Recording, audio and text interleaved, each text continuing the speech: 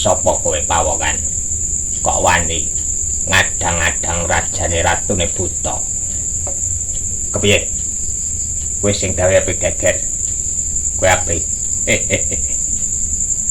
Ndek kekarepan apa? Awakmu iki ngluru Rai Kresna. Iya. Aku minangkani pimpinan ya ratune buta. Duwene kekarepan kepengin mejahi sing jenenge Kresna. Wet, ora bisa. Yen kowe kepengin ngapak-ngapake Rai Kresna, aku ora rela. Aku kang garani Ratu Baladewa ya Prabu Baladewa ora bakal ngebarke awakmu iki nganti ninggol kulite Rai Kresna.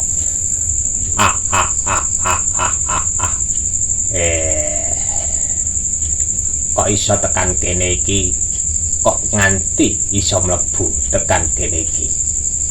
Prajuritku iki padha ngendi? Prajurit wis padha tak kalahke kabeh. Wis ora nampune ora didayani yen musuh Prabu Baladewa. Loh,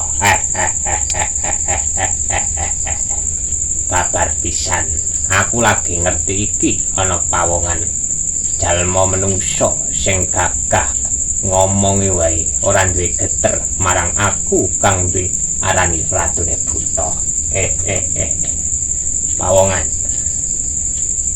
Dadi iki sing diarani Prabu Baladewa ya bentuke kaya iki. Ora luput ora salah ora kabeh iku ya aku sing diarani Prabu Baladewa. Lah ndek kekarepan kepiye kowe iki? Aku wis ngerti krungu kabar sing saka Sumelang. Pating slenting ana ing kupingku wis tak rungokke sing jenenge Prabu Baladewa iku digdaya. Nanging ora bisa. Sing jenenge ratune buta yeksa ora bakal iso dikalahke jalma menungso kaya dapuramu Baladewa. Aja sesumbat. Yen pancen kowe digdaya maju sing jenenge Prabu Baladewa. Ora bakal duweni geter lan gigrik nalikane adu kasekten karo kowe.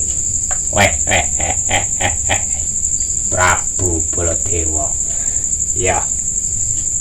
Yen miturut nganti kowe tekan kene iki mestine ya kowe digdaya. Nanging sing jenenge sesembahane buta ya yeksa buta iki padha ngawuh marang ingsun ya aku. Yen aku ora bisa nyingkirke kowe dadi pepalange kekarepanku mergo aku kepengin nyilakake Kresna. Kowe bakal nampa kang banget gedene ngilmu digdayaku. Aja kakek ngomong yen pancen kowe sekti mandraguna. Tokke kabeh ajimu ana ing ngadepku. Lolah.